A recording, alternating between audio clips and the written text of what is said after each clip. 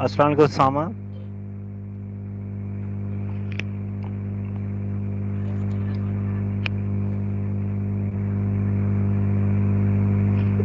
हम सर। बेटा जो भी ज्वाइन करता जा रहा है ना, स्पीकर म्यूट करता जाए, सही है।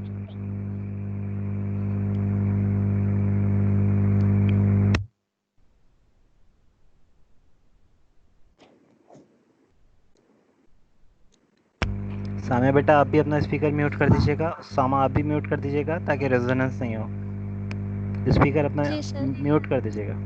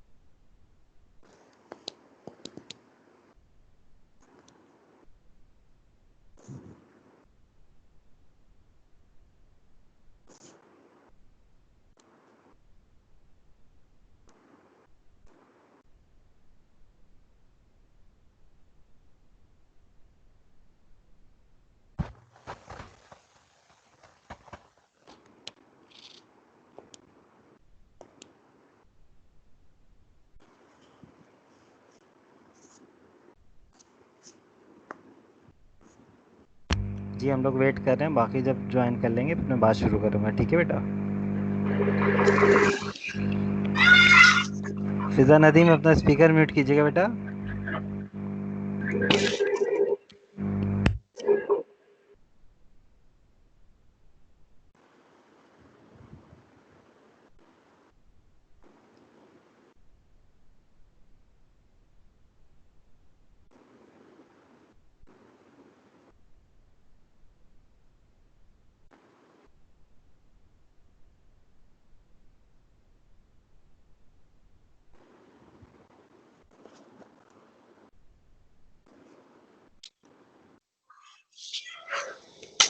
शाहजीन बेटा अपना स्पीकर म्यूट कर दीजिएगा।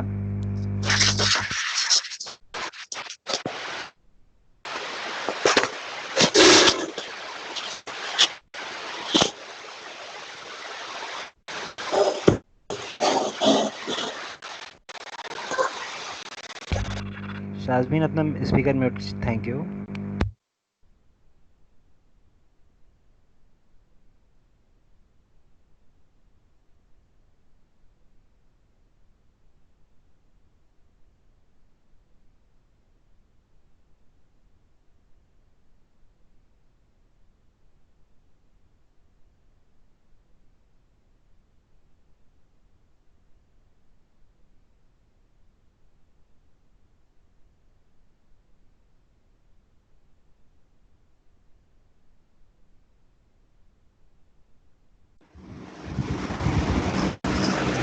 बेटा जो जो ज्वाइन करते जा रहे हो स्पीकर म्यूट करते जाएं, ठीक है बेटा।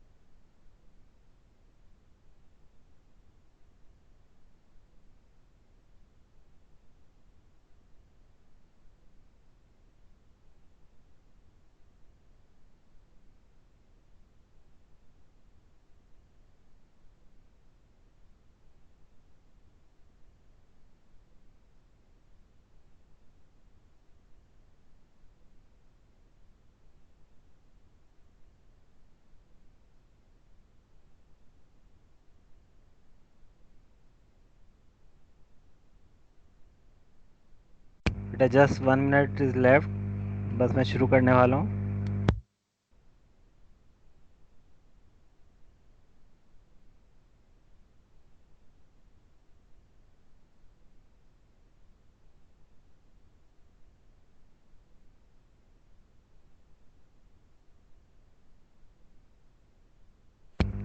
तहरीम बेटा स्पीकर म्यूट कर दीजिएगा आप जो है। Okay sir.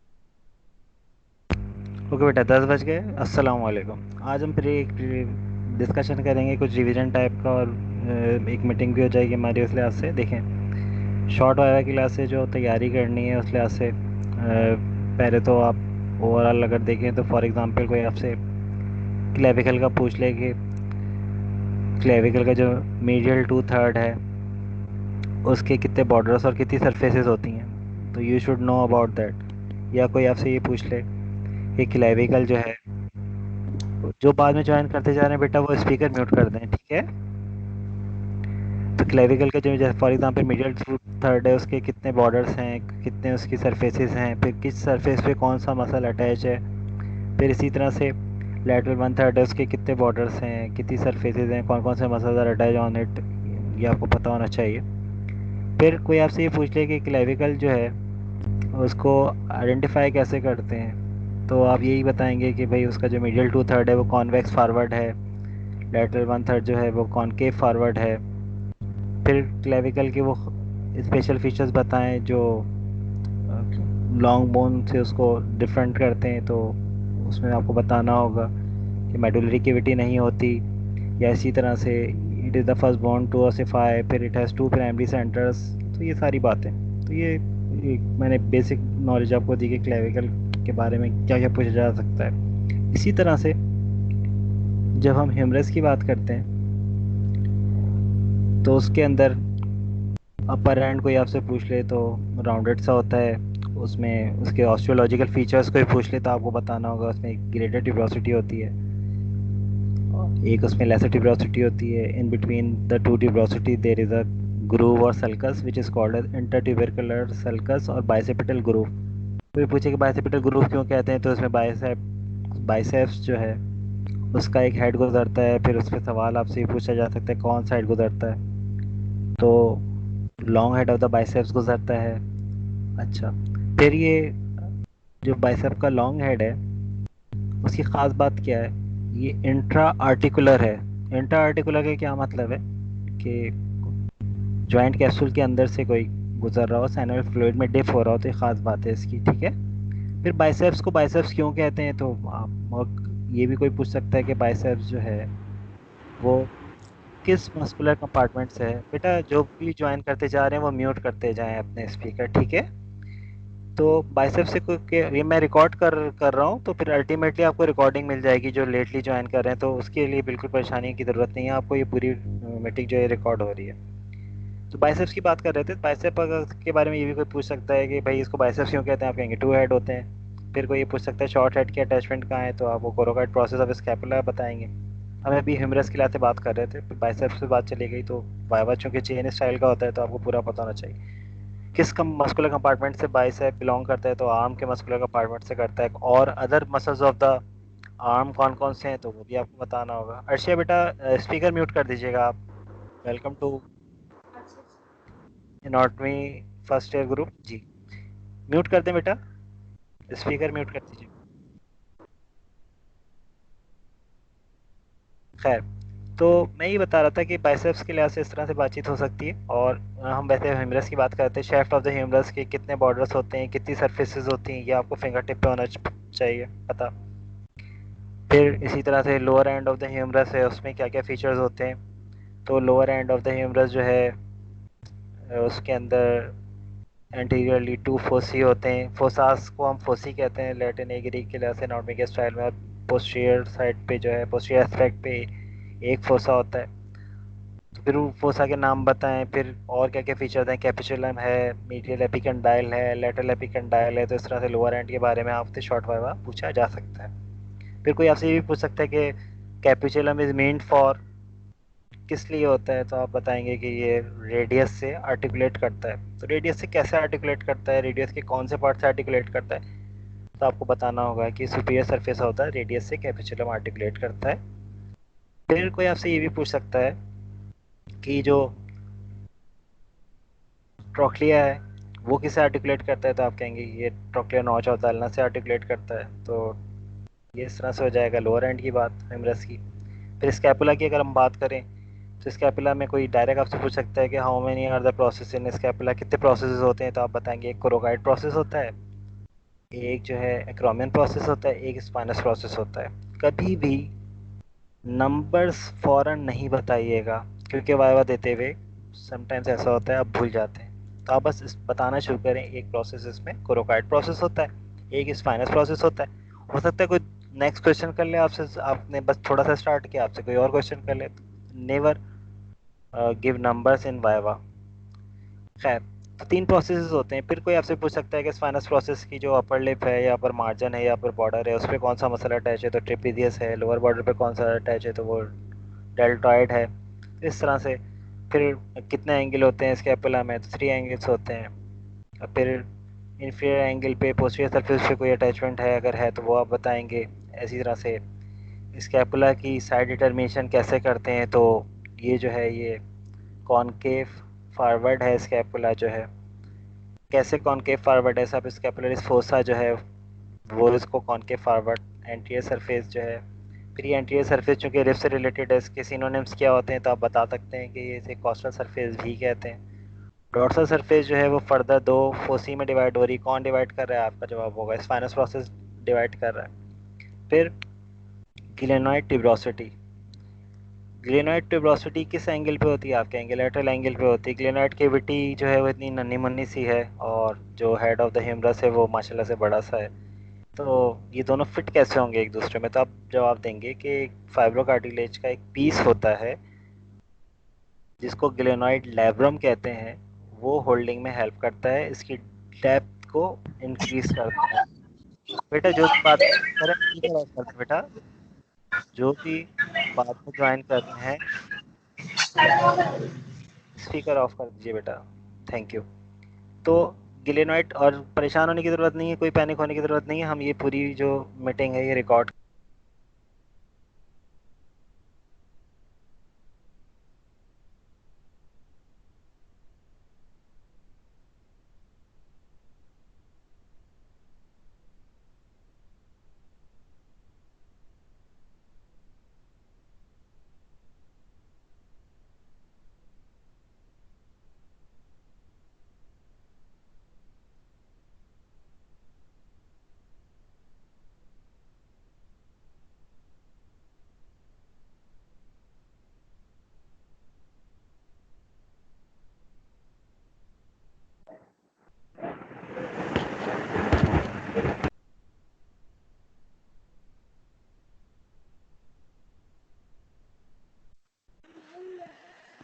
जी सर, आवाज नहीं आ रही आपकी।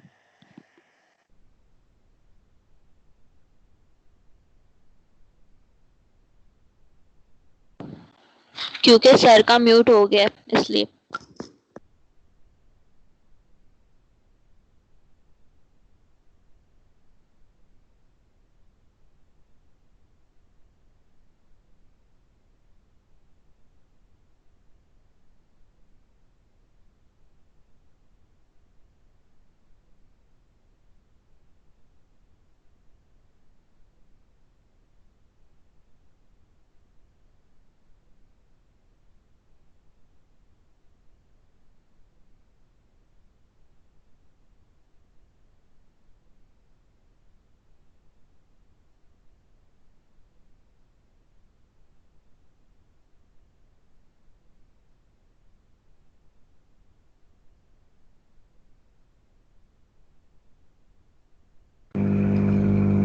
हेलो बेटा, अब आ रही है आवाज़ क्लियर। जी सर अभी आ ये तो आगे चलें भी ठीक है बेटा। क्लियर आ मेरे रहा है। मेरे पास जो है ना इस वक्त वो कॉन्फ्रेंस माइक था, तो आई थिंक किसी मेंबर ने गलती से म्यूट किया। खैर देख लेते हैं। तो मैं ये ग्लेनाइट केविटी का बता रहा था कि ग्लेनाइट केविटी और स्कैपुला का मैं बताया था। कोई पूछ सकता है कि आपसे इसकी जो है वो क्या मतलब, क्यों ये इतनी छोटी सी होती है और हेड क्यों बड़ा सा होता है, तो वो मैंने बताया कि फिर जो सुप्रास्कैपुलर नॉच है उसका आपको पता होना चाहिए। Suprascapular notch is converted into suprascapular foramen by small ligament called as transverse ligament. ये मैंने बताया था वाइवा क्लास से। फिर कोई आपसे पूछ सकता है कि डॉर्सल सरफेस या posterior surface of the scapula है, उसके अगर हम लेटरल बॉर्डर के अलोंग देखें तो क्या वहाँ पे कोई मस्कुलर अटैचमेंट है या नहीं है। या सिंपल सा कोई पूछ ले कि सब स्कैपुलर फोसा जो है वहाँ पे कौन सी मस्कुलर अटैचमेंट है, तो आप कहेंगे सब स्कैपुलरिस। फिर क्या पूरे सब स्कैपुलर फोसा पे होती है, आपका जवाब होगा नहीं, सिर्फ मीडियल टू थर्ड पे होती है। तो लेटरल वन थर्ड पे क्या होता है, वहाँ सब स्कैपुलर बर्सा होता है। इसी तरह से सुप्रा स्पाइनस जो मसल है वो सुप्रा डॉर्सल सरफेस पे सुप्रा स्पाइनस फोसा पे अटैच होता है, वो भी अगेन मीडियल टू थर्ड है। लेटरल वन थर्ड पे क्या होता है सुप्रा स्पाइनस फोसा के, तो आप बताएंगे वहाँ पे सुप्रा स्पाइनेटस बर्सा या सुप्रा स्पाइनस बर्सा मौजूद होता है। बर्सा क्या होते हैं, these are in synovial fluid in close cavity होती है। They are filled with synovial fluid, और ये फ्रिक्शन को मसल की बोन के साथ को जो फ्रिक्शन होती है उसको प्रिवेंट करते हैं। For the prevention of friction of skeletal muscle with the surrounding bones, उससे प्रिवेंशन का काम करते हैं बरसा जहाँ पे भी है बॉडी में। ठीक है। खैर, तो ये एक जनरल बात हो गई। ये सेपोरा की हमने बात की, उससे पहले मैं क्लेविकल की कर चुका हूँ, उससे पहले ह्यूमरस की बात कर चुका हूँ। फिर इसी तरह से कुछ टोपोग्राफिक स्ट्रक्चर्स हैं। अब आप कहेंगे कि टोपोग्राफिक स्ट्रक्चर क्या है। ये वो स्ट्रक्चर्स हैं जो हमने for the sake of study purpose के लिए हमने बनाए। फॉर एग्जांपल एक्जिला जो है वो एक सिंपल सा आर्म पिट था, लेकिन हमने उसको बाकायदा पिरामिडल शेप और जो हमने उसकी बेस अपेक्स के लिहाज से हमने उसकी चीज़ें डिफ़ाइन की हैं। वजह ये है, इस तरह से पढ़ने में हमें लर्निंग होती है कि कौन सी चीज़ किस जगह है। तो टोपोग्राफिक स्ट्रक्चर के लिए आते हैं कि स्ट्रक्चर एक्जिला है। फिर नीचे अगर हम आए तो क्यूबाइटल फोसा है। फिर और नीचे आएंगे तो वहाँ पे जो है वो कार्पल टनल है वहाँ पे। और नीचे आए कैनाल ऑफ गियोन है। ये सारे टोपोग्राफिक स्ट्रक्चर्स हैं। ठीक है। तो अभी हम सिर्फ ऊपर की बात कर रहे थे क्योंकि आज फर्स्ट हमारी मीटिंग है, तो उसके लिहाज से मैंने आपको बोन्स के लिहाज से बता दिया कि स्कैपुला में क्या क्या पूछा जा सकता है। किसी भी मस्कुलर अटैचमेंट पूछ सकते हैं। कोरा कट प्रोसेस हमेशा पूछा जाता है। कौन कौन से मसल अटैच हैं तो आप बताएंगे। टिप के ऊपर short head of the biceps attach है। फिर टिप के ऊपर और कौन सा मसल है तो आप बताएंगे कोरियोकोब्रेकियलिस। फिर आपसे कोई पूछ सकता है कोरियोकोब्रेकियलिस है या शॉर्ट है, ये बाइसेप्स हैं, ये कौन से कम मस्कुलर कंपार्टमेंट से बिलोंग करते हैं तो आप वो बता सकते हैं। फिर इसी तरह से कोई आपसे शोल्डर जॉइंट के बारे में पूछे कि शोल्डर जॉइंट जो है वो कैसा जॉइंट है तो आप कहेंगे सॉल बॉल एंड सॉकेट है। टाइप के लिहाज से क्या है तो साइनोवियल जॉइंट है।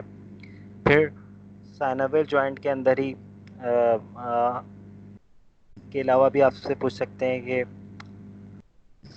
एक्सिस के लिहाज से शोल्डर जॉइंट जो है कैसा जॉइंट है तो मल्टी एक्सियल जॉइंट है। क्यों मल्टी एक्सियल है, एक्सिस सारी बताएं तो मीडियल रोटेशन लैटरल रोटेशन एक एक्सिस हो गई। abduction एडक्शन से एक और एक्सिस हो गई। फिर फ्लेक्जन और एक्सटेंशन एक और एक्सिस, तो मोर देन टू एक्सिस जो है वो मल्टी एक्सियल हो जाएगा। सिंगल एक्सिस होती है तो यूनी एक्सियल कहलाता है। दो एक्सिस होती हैं तो बाई एक्सियल कहलाता है। और मोर देन टू एक्सिस जो है वो मल्टी एक्सियल। तो shoulder joint is a multi axial joint. Synovial joint है एंड साइनोवियल की सब टाइप क्या है, बॉल एंड सॉकेट वेराइटी है। फिर एक बहुत ही important topographic structure rotator cuff भी हमने देखा था। रोटेटर कफ किन किन मसल से मिलके बना है ये आपको पता होना चाहिए। रोटेटर कफ का फ़ायदा क्या है, it prevents upward dislocation of the humerus. किसी भी इंजरी के वजह से, किसी भी वजह से अगर डिसलोकेशन हो जाए, शोल्डर पे कोई गिर जाए तो अपवर्ड डिसलोकेशन नहीं होती, डाउनवर्ड डिसलोकेशन कॉमन है। वजह उसकी यही है कि फर्दर स्ट्रेटनिंग नेचर ने ऑलरेडी प्रोवाइड की हुई है in the form of rotator cuff. ठीक है। और रोटेटर कफ के मसल्स के नाम आपको पता है। कोई आपसे ये पूछ सकता है कि जो ग्रेटर ट्यूबरोसिटी है ह्यूमरस की, उस पर तीन मसल्स अटैच हैं। There are impressions on it, और उस पर तीन मसल्स अटैच हैं। तो रोटेटर कफ के कौन कौन से वहाँ पे अटैच है, तो आप सिर्फ सब स्कैपुलरिस को छोड़ देंगे क्योंकि वो उसके लिए लेसर ट्यूबरोसिटी सेल्फ काफ़ी है। तो बाकी जो three muscles of the rotator cuff हैं they are attach on the greater tuberosity of the humerus. ठीक है। तो ये इस तरह से हो गया। फिर रेडियस और अल्ना की अगर हम बात करें तो जो रेडियस है उसकी अगर हम बात करें तो रेडियस जो है उसका जो अपर एंड है वो डिस्कॉइड इन शेप है, डिस्क लाइक है। उसका एक हेड है, हेड की एक सरकमफेरेंशियल सरफेस है, सरकमफेरेंस ऑफ द हेड। और कोई ये पूछे आपसे कि सरकमफेरेंस जो है इसका ये फ़ायदा क्या है, तो आप बताएंगे कि सुपीरियर रेडियो अल्नर जॉइंट बनाता है। फिर कोई चेन वाइवा और चेन वाइवा का मतलब सीक्वेंस ऑफ क्वेश्चन होते हैं, तो आपसे कोई पूछ सकता है कि रेडियो अल्नर जॉइंट्स कितने हैं।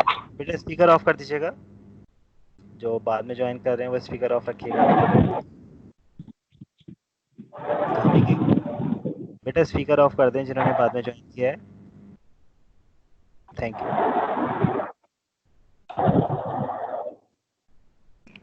बेटा ये जो गेस्ट अपीयरेंस जो अभी गेस्ट के तौर पे शामिल हुए हैं, ज़रा स्पीकर अपना ऑफ कर दें।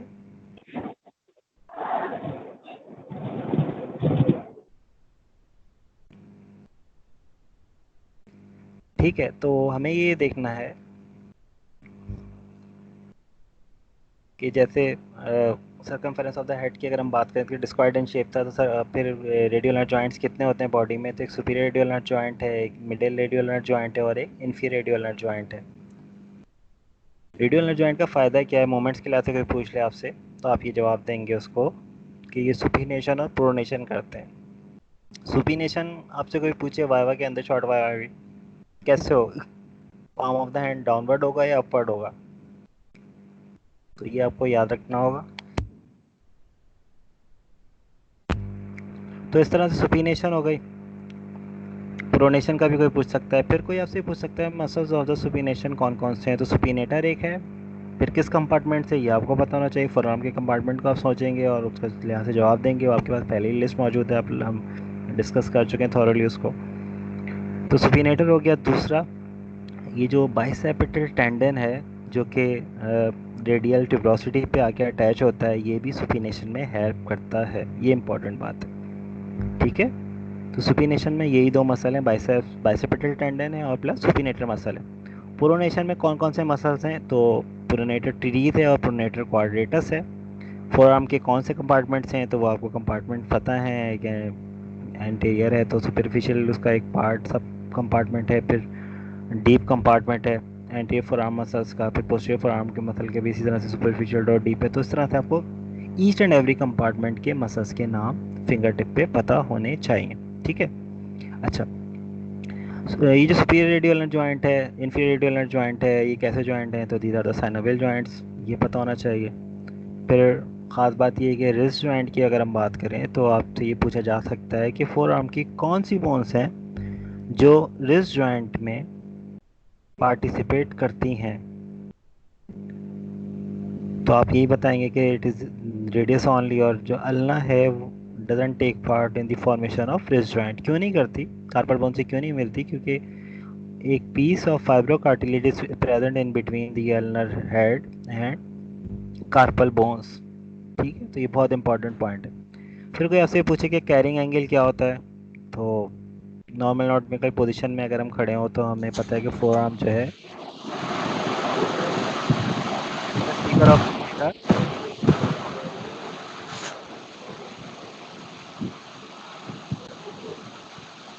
बेटा ये जो गेस्ट के तौर पे शामिल हुए हैं, स्पीकर ऑफ कीजिए, थैंक यू।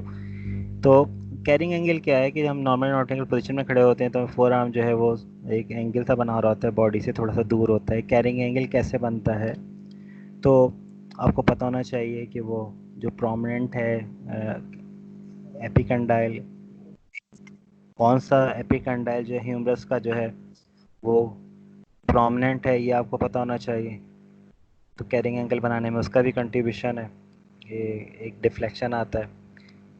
तो ये हो गया दूसरा, ये तो कैरिंग एंगल की बात हो गई। फिर इसी तरह से क्यूबाइटल फोसा, इसकी बेस की डायरेक्शन, इसकी अपेक्स की डायरेक्शन क्यूबाइटल फोसा की, इसकी मीडियल बाउंड्री किससे बनी है, इसकी लेटरल बाउंड्री किससे बनी है, contents of the cubital fossa क्या हैं, ये आपको पता होना चाहिए। फिर इसी तरह से एक्जिला के लिहाज से आपसे पूछ सकते हैं, जो अट मोस्ट इम्पॉर्टेंट अक्सर डिस्कशन में भी रहता है कि जो अपाइकल लिम्फ नोड है तो उसकी अहमियत क्या है, importance of apical lymph node, तो आप उसे बताएंगे कि अपाइकल लिम्फ नोड जो है they also detain the breast in female. और कैंसर ऑफ द ब्रेस्ट के अंदर अगर किसी के एक्जिला में कोई अपाइकल लिम्फ नोड स्वेल मिल रही हो तो वी मस्ट थिंक कि या तो अपर लिम्ब में कोई ट्रॉमा हुआ है, उसकी वजह से भी हो सकता है कि इन्फेक्शन चेक हो गया, या ब्रेस्ट कैंसर की भी इनिशियल स्टेज में ऐसा हो सकता है।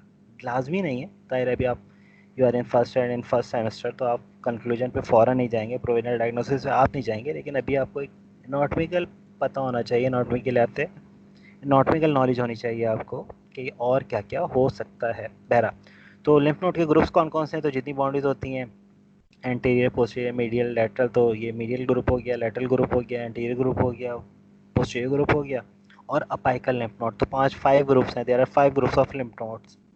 इन्हीं इन्हीं जो लिम्फ नोड के ग्रुप हैं इनको डिफरेंट बुक्स डिफरेंट नाम भी देती हैं, लेकिन आपको बेसिक अगर ये भी पता है तो आपको फुल मार्क्स मिल जाएंगे। बेस ऑफ द एक्सिला जो है इसकी डायरेक्शन वो इंफीरियरली है एनाटॉमिकल पोजीशन के लिहाज से। अपेक्स की अगर हम बात करें एक्सिला की, तो it is directed superiorly. Contents of the axilla के अंदर ज़ाहिर एक्सिलरी आर्टरी है, एक्सिलरी वेन है, फिर इसी तरह से ब्रेकियल प्लेक्सिस की भी बात की जा सकती है, पार्ट ऑफ ब्रेकियल प्लेक्सिस भी है। तो फिर वहीं से वहीं हो सकता है कि ब्रेकियल प्लेक्सिस कैसे फॉर्म होता है, तो आप वो बताएंगे। ये इसकी रूट्स होती हैं, रूट्स का लेवल क्या है, C5 C6 C7 C8 और T1।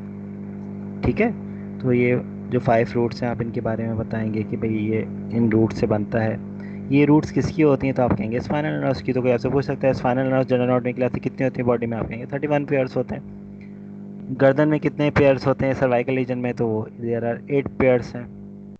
ठीक है, और थोरेसिक कितने हैं, वो 12 पेयर्स हैं। तो 12 और 8 कितने हो गए, 20 हो गए। फिर 5 लंबर पेयर्स हैं, फिर 5 सैक्रल पेयर्स हैं, 30 हो गए।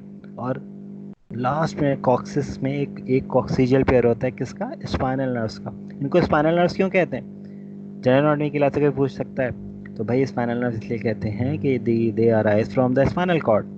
अच्छा, स्पाइनल कॉर्ड कहाँ से आया, it is part of CNS. CNS में क्या क्या होता है, ये सब जनरल एनाटॉमी में चल रही है। Brain and spinal cord are the part of central nervous system और सीएनएस इन एनाटॉमी। ठीक है, तो सीएनएस हम दो चीज़ों को लेते हैं, ब्रेन और स्पाइनल कॉर्ड को। फिर आगे चल के आप आगे किसी सेमेस्टर में पढ़ेंगे कि क्रेनियल नर्व्स जो हैं वो ब्रेन से जो निकलती हैं क्रेनियल नर्व्स हैं, 12 पेयर्स हैं उनके। और स्पाइनल नर्व्स जो हैं 31 पेयर्स हैं। ये भी याद रखिएगा, अक्सर स्टूडेंट कहते हैं 31 होती हैं, तो 31 नहीं 31 पेयर्स पे फुल मार्क्स मिलते हैं। और अगर आप 31 स्पाइनल नर्व्स कहेंगे तो मार्क्स थोड़े से कट जाएंगे। अक्सर स्टूडेंट होता है ना, कहते हैं जब आया तो यार हमने भी सही दिया लेकिन हमें नंबर सर ने कम दिए। तो उसकी वजह यही है कि बिल्कुल exact answer to the point चाहिए होता है। फिर स्पाइनल नर्व्स जितनी भी निकल रही हैं 31 पेयर्स हैं, इनकी दो निकलते ही दो ब्रांचेज होती हैं, एक पोस्टीरियर डॉर्सल ब्रांच होती है और एक वेंट्रल या एंटीरियर ब्रांच होती है। तो जितने भी बॉडी में प्लक्सेस हैं ये सारे प्लक्सेस एंटीरियर या वेंट्रल ब्रांच से बनते हैं। ये शायद थोड़ा सा मुश्किल हो गया होगा, मैंने ही कहा 31 पेयर्स हैं स्पाइनल नर्व्स के। फिर हर स्पाइनल नर्व से दो रूट्स निकलती हैं, एक एंटीरियर या वेंट्रल और एक पोस्टीरियर डॉर्सल। पोस्टीरियर रूट जितनी भी स्पाइनल नर्व्स है वो छोटी सी होती है, क्योंकि वो बैक के स्ट्रक्चर, बैक पे हमारे कुछ भी नहीं है सच, स्किन वगैरह है। तो skin of the back of the neck या नैप जिसको कहते हैं, skin of the back of the chest, skin of the back of the abdomen पेरिफेरियम, जो भी रीजन्स हैं जो भी हैं बैक, वो तो बैक ही कहला रही कमर। तो इसलिए उसको इतना ज़्यादा मतलब काम नहीं है, लॉजिक उसकी यही है, तो जाहिर है वो छोटी सी होती है। लेकिन जो वेंट्रल ब्रांचेस हैं दे फॉर्म द प्लेक्सिस, और दिस इज़ द रीज़न कि जो वेंट्रल ब्रांचेस हैं वही प्लेक्सिस बना रही हैं। अपर लिम्ब के अंदर वो ब्रेकियल प्लेक्सिस बना रही हैं। नेक रीजन जब आप उस सेमेस्टर जाएंगे तो वहाँ सर्वाइकल प्लेक्सिस पढ़ेंगे। लोअर लिम्ब के अंदर आप लंबर प्लेक्सिस है, सैक्रल प्लेक्सिस है, तो इस तरह की प्लेक्सिस पढ़ेंगे लोअर लिम्ब में। खैर वो आगे सेमेस्टर की बात है, सेमेस्टर में ब्रेकियल प्लेक्सिस इंपॉर्टेंट है, मतलब इस सेमेस्टर में ब्रेकियल प्लेक्सिस के बारे में ही पूछा जाएगा। तो ब्रेकियल प्लेक्सिस की रूट्स हैं, फिर उसकी फर्दर रूट से क्या बनता है, फिर फर्दर क्या है, तो सारे वो डिविजन्स और अल्टीमेट कौन कौन सी नर्व्स हैं वो सारी चीज़ें आपको देखनी है। ठीक है, वो किसी हम और सेशन में वो भी रखेंगे। तो ये हो गया ब्रेकियल प्लेक्सिस का क्यूबाइटल फोसा, मैंने आपको बताया इसी तरह से। फिर इसी तरह से जो सबसे बेसिक जो नॉलेज है जो हमेशा आपको आनी चाहिए वो ये है कि आपको हर compartment, in each and every compartment muscles के नाम पता होने चाहिए। कोई भी आपसे पूछ सकता है कि वो name the muscles which connects the upper limb with vertebral column, name the muscles, फिर of the shoulder, muscles of the shoulder पूछ ले, कोई फोर आर्म के मसल्स पूछ ले, एंटीरियर कंपार्टमेंट, फोर आर्म का पोस्टीरियर कंपार्टमेंट, या आर्म के मसल्स के फिंगर टिप पे नाम, या इसी तरह से टर्मिनल तक आप जाएंगे वहाँ पे भी शॉर्ट वाइवा होगा, तो फिर हैंड के मसल्स के नाम, थिनार हैं, हाइपोथिनार हैं। तो फिंगर टिप पे आप पहले तो आपके पास नाम होने चाहिए। फिर क्लिनिकल कंडीशन के लिहाज से विंगिंग ऑफ स्कैपुला आपसे पूछा जा सकता है। तो विंगिंग ऑफ स्कैपुला में आप बताएंगे कि भाई अगर किसी भी वजह से लॉन्ग थोरेसिक नर्व डैमेज हो गई या सेरेटस एंटीरियर्स के टेंडन डैमेज हो गए, तो that condition is called as winged scapula या विंगिंग ऑफ स्कैपुला। ये अगर किसी एक साइड की हुई तो यूनिलैटरल कहलाती है, दोनों साइड की हुई तो बायलैटरल कहलाती है। तो जाहिर है अभी आप एनाटॉमी पढ़ रहे हैं, आगे चल के आप सर्जरी वगैरह और अदर सब्जेक्ट्स में देखेंगे तो फिर वो वहाँ से भी आप इस चीज़ को लिंक करेंगे। तो अभी आपको ये याद रखना चाहिए, damage to serratus anterior muscle और damage to long thoracic nerve. फिर सेरेटस एंटीरियर स्कैपुला पे कहाँ अटैच होता है ये भी कोई पूछ सकता है, तो ये आपको पता होना चाहिए। तो इस तरह से सारे सिलसिले चलेंगे और आज की फर्स्ट मीटिंग थी। आई थिंक सो कि it is enough for today. ठीक है, अब मैं बारी बारी पूछ लेता हूँ कि किसी को कोई क्वेश्चन करना है तो मैं बारी बारी नाम लूँगा, तो फिर आप अनम्यूट करके क्वेश्चन कर लीजिएगा। जी मोहम्मद अल साद, बेटा आप अनम्यूट करके कुछ पूछना हो तो पूछ सकते हैं।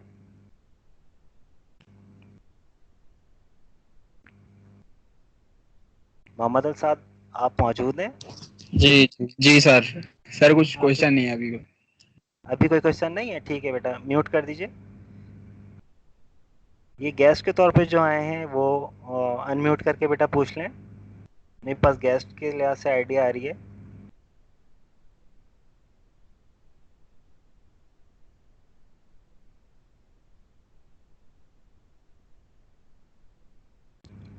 फिजा नहीं बेटा, आप अनम्यूट करके पूछ लें, अगर कुछ को पूछना है या कोई सवाल नहीं है तो भी आप यहाँ पे हमें आंसर दें।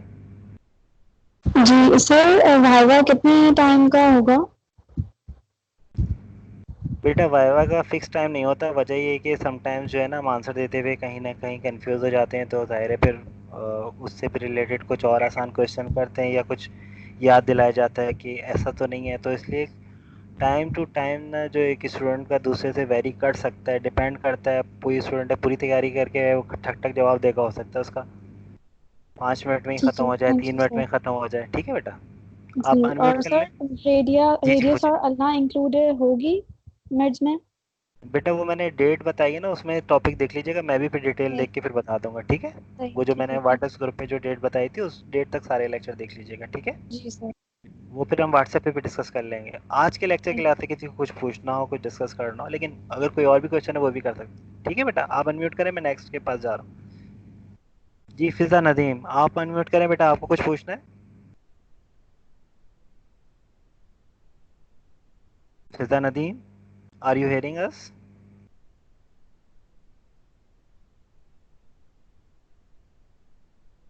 अनुषा इकबाल, आप चलें पूछ लें बेटा अनम्यूट करके, कुछ पूछना हो या आपको अगर कोई क्वेश्चन नहीं है तो भी। Hello Anusha no Iqbal, sir, कुछ थैंक यस यू सर। बेटा। हाँ यमुना बेटा, आप अनम्यूट करके बताएं कि कुछ पूछना है या कोई अंडरस्टैंडिंग में कोई प्रॉब्लम, कोई एनी क्वेश्चन। जी बेटा यमुना, हेलो बेटा, सिग्नल की प्रॉब्लम है, आप we are not hearing you. Hello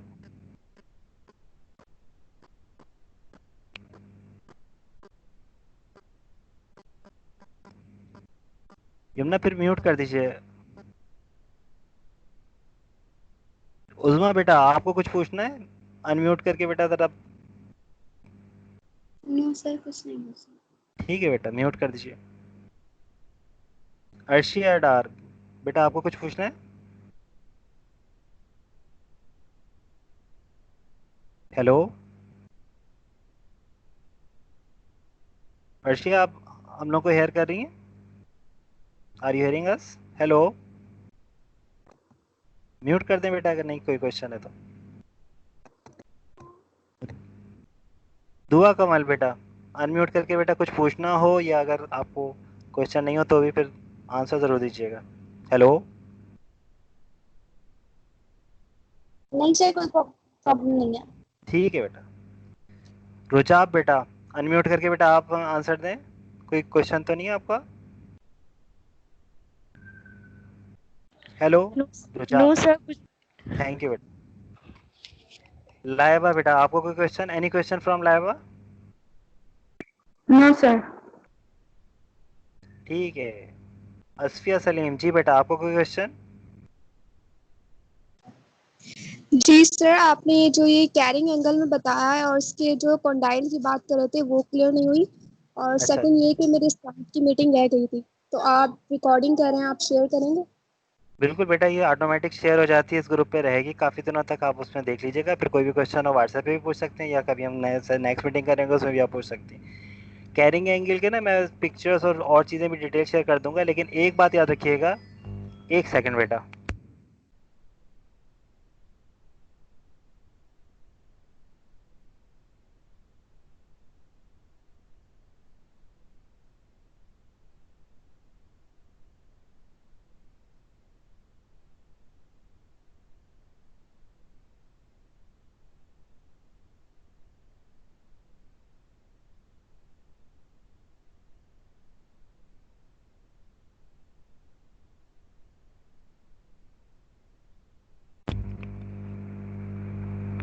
जी, तो मैं यही बता रहा था कि कैरिंग एंगल का मैं डिटेल आपको सारी चीज़ें आपको मिल जाएंगी इंशाल्लाह, तो वो फर्दर कर लेंगे। लेकिन एक बात याद रखिएगा, कैरिंग एंगल का क्लू दे रहा हूँ एक, कि कौन सा जो एपिकंडाइल है वो ह्यूमरस का प्रोमिनेंट है।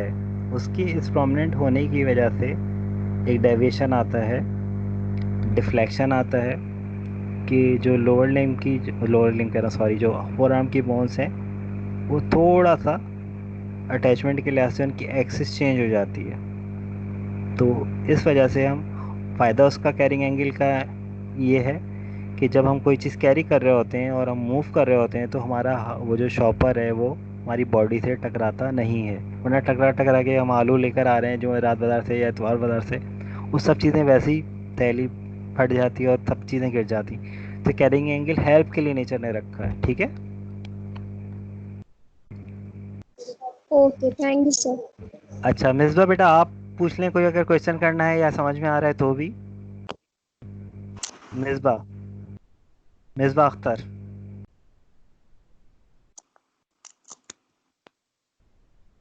हेलो। जी सर, मैंने पूछना है कि इस सेमेस्टर में फोर आर्म की मसल्स किस तरह से याद करनी है? क्या मतलब? मतलब उनके सिर्फ नेम याद करनी है या पूरा डिटेल इस सेमेस्टर में करना है? बेटा देखें, फोर आर्म के मसल्स का सुपरफिशियल कंपार्टमेंट में कौन से होते हैं, डीप कंपार्टमेंट में कौन से होते हैं। एंटीरियर कंपार्टमेंट की बात करें, डी पोस्टीरियर कंपार्टमेंट में कौन कौन से मसल्स हैं उनके नाम पता होने चाहिए। फिर जैसे मैंने सुपीनेशन का बताया, प्रोनेशन का बताया, वो पता होना चाहिए कि वाइटल फोसा में कौन कौन से हैं, वो आपको पता होना चाहिए। ठीक है। तो इस तरह से ना लिंक करके चीज़ें आएंगी अभी, और बाकी फिर टर्मिनल के अंदर। ठीक है बेटा। जी ठीक है, थैंक यू सर।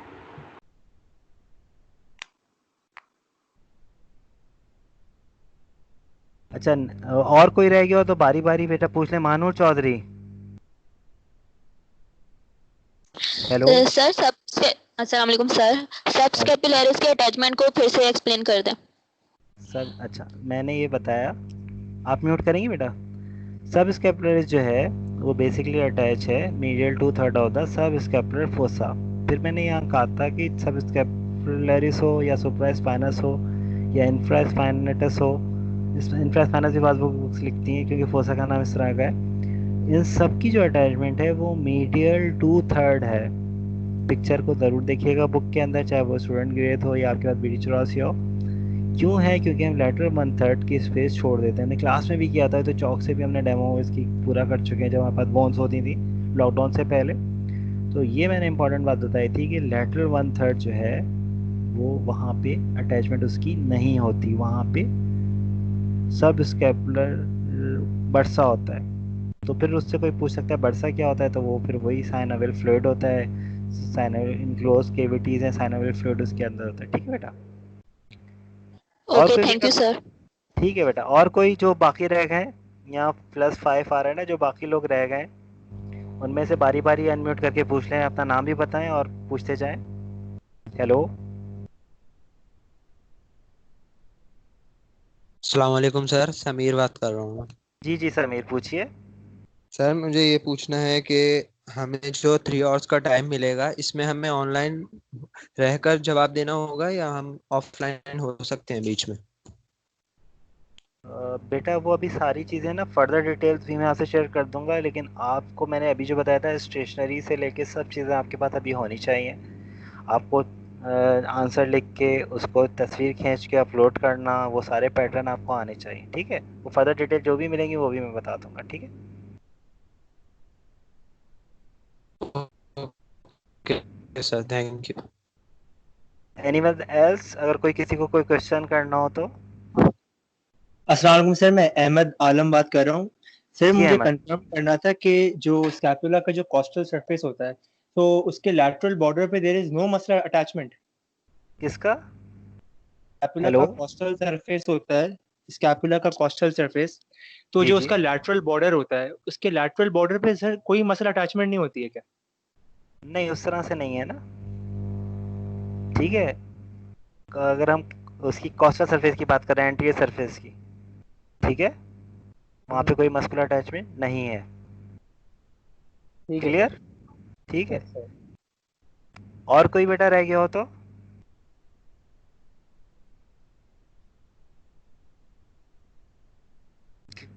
जी बेटा, किसी को कोई क्वेश्चन करना है? अस्सलाम वालेकुम सर, एपोक्राइन ग्लैंड्स का आप मुझे थोड़ा बता देंगे? किसका? Apocrine glands. बेटा ये एनाटॉमी के लिहाज से तो अभी नहीं हम बात कर रहे, वो हम बाद में भी डिस्कस कर सकते हैं ग्रुप पे भी, अच्छा। ठीक है? ठीक। वो हम डिटेल बात ठीक। कर लेंगे। ग्लैंड्स की बहुत सारी टाइप्स होती हैं, ट्यूबुलर हैं, नॉन ट्यूबुलर हैं, और ठीक है, एनाटॉमी के ओके। लिहाज से भी किसी को भी कोई कुछ पूछना है तो वो बिल्कुल पूछ सकते हैं। हेलो। अगर किसी को कोई क्वेश्चन नहीं करना तो फिर हम आज की मीटिंग को क्लोज करते हैं। इसी तरह से हम मीटिंग्स रखेंगे इंशाल्लाह। 30 जून तक हमारे पास टाइम है, ठीक है बेटा? ओके बेटा, अल्लाह सर हाफिज। अल्लाह हाफिज। अल्लाह हाफिज। अल्लाह हाफिज। ओके बेटा।